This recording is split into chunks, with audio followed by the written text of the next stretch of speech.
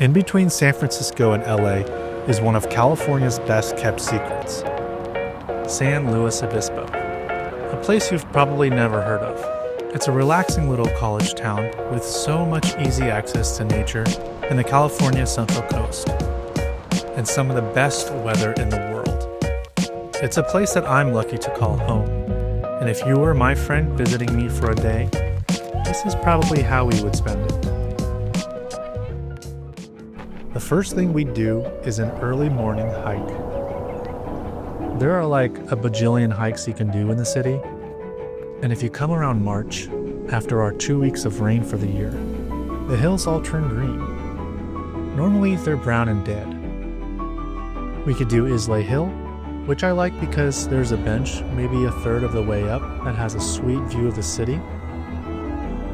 Or we can do South Hills Hike, which has a cool wooden platform you can walk on with an even better view of the city, which we can enjoy until the caffeine withdrawals kick in. After the hike, we'd head downtown to our favorite coffee shop.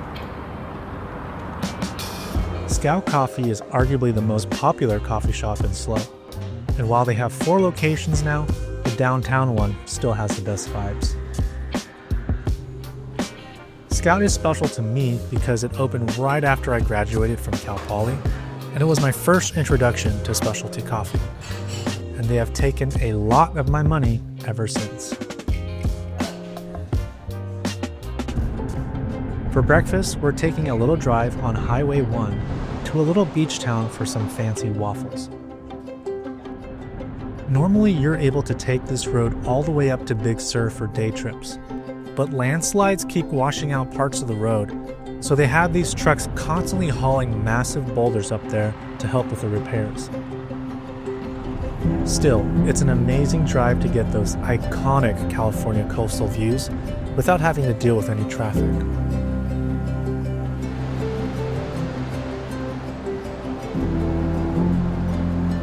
Cayucos is only about a 20-minute drive from SLO, and we like it because it's a little less touristy than the other beach towns in the area. It's also home to the Hidden Kitchen, one of my wife's favorite restaurants.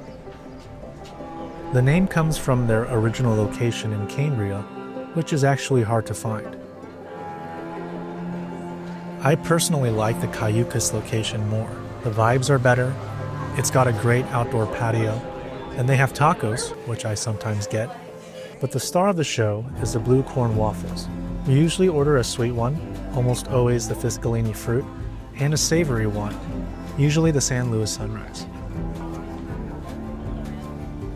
The best part about it all, for my wife at least, is that everything is pretty much gluten-free. Afterwards, we can go take a quick nap if you'd like, or we can walk off breakfast on the Cayucos Pier.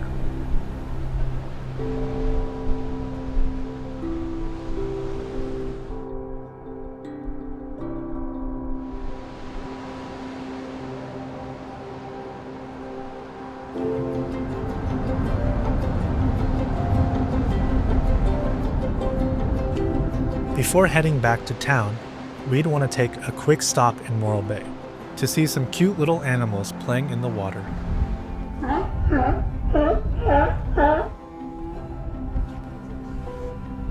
I'm not talking about these lazy bums, but Morro Bay's most cherished animals, sea otters.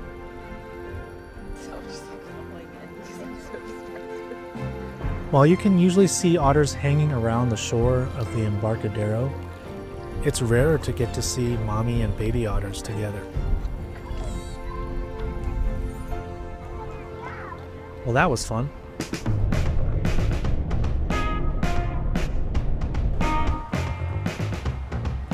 Senior year of college, I lived in this dump of a house that's probably doubled in rent now. But I would walk down the street to High Street Deli to pick up my sandwich. And at the time, if you ordered after 4:20 p.m., your sandwich would cost $4.20. Sadly, that deal is long gone now. But all these years later, it's still my go-to place to get a sandwich. The process is simple. You come in, write your order down, pay for it, They take your order sheet to the back, lock in, and pump out as many sandwiches as they can from this tiny kitchen. How many sandwiches do you think you've made? A lot. They hooked it up with 2 of my favorite sandwiches, and I asked my friend Tyler to help me eat them. Oh, what's up? Let's eat. Let's go eat. First, the Dutch punch, because we wanted to cut up the roof of our mouths. Sharp.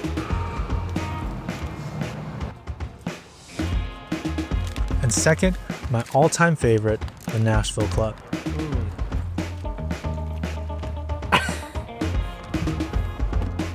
Takes you back to college? Actually, it brings me back to the time when we had a squatter move into this place. True story. Alright, enough fooling around. It's time to hike Bishop Peak. Bishop Peak is a part of the Nine Sisters, a chain of old volcanic mountains and hills that run from Slough to Morro Bay. At over 1,500 feet tall, it's the tallest of the 9, even taller than the Empire State Building. If you make it to the top, it can be a 2 to 3 hour time commitment. I went with my friend Jared, who goes on a hike, or tries to, every single day.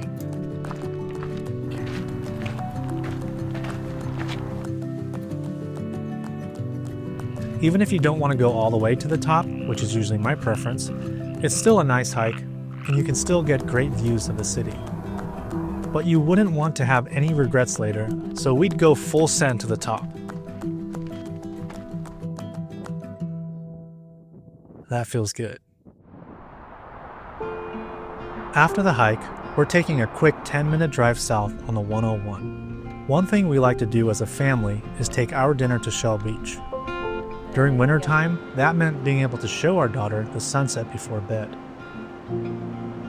Nowadays, the sun sets way past her bedtime. Rainy days don't seem so wet. Stormy nights don't stay. This was actually the first time we've taken her to the bench where Daddy proposed to Mommy. You were away. Oh, this could be the best thing that I'll ever know. This time we ordered tacos, but we waited way too long to eat them, so they were ice cold. Oh well, at least the view was nice. Anyways, I think the best place in Slough to watch the sunset is up on Terrace Hill. I know it's another hike, but it's got one of the best views of the city. And it's only about a 5-minute walk to get up there, so it's a great payoff for very minimal effort. To end the day, I'd take you back downtown to the farmer's market. It's the most people you'll see at one time in the city. Great for people watching, not so great for introverts. But I'd bring you here for something that happens on the first Thursday of every month. Bike night.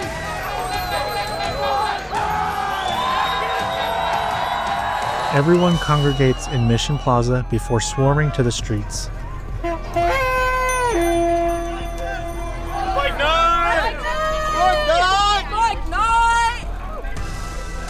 The basic concept of bike night is you do laps around the main drag of downtown, do it again, and do it again until you get over it and go home.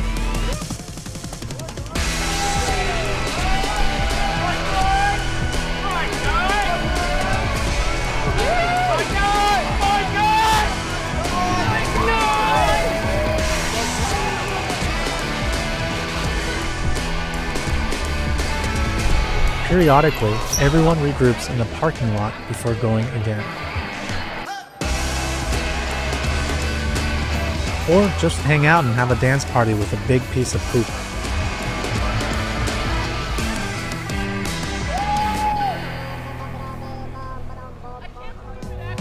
So that's basically it. You'd have to visit me again to see more of the gems in this area. Let me know below if you have any suggestions or ideas, and if you want to see more travel and food content like this, please subscribe. Later!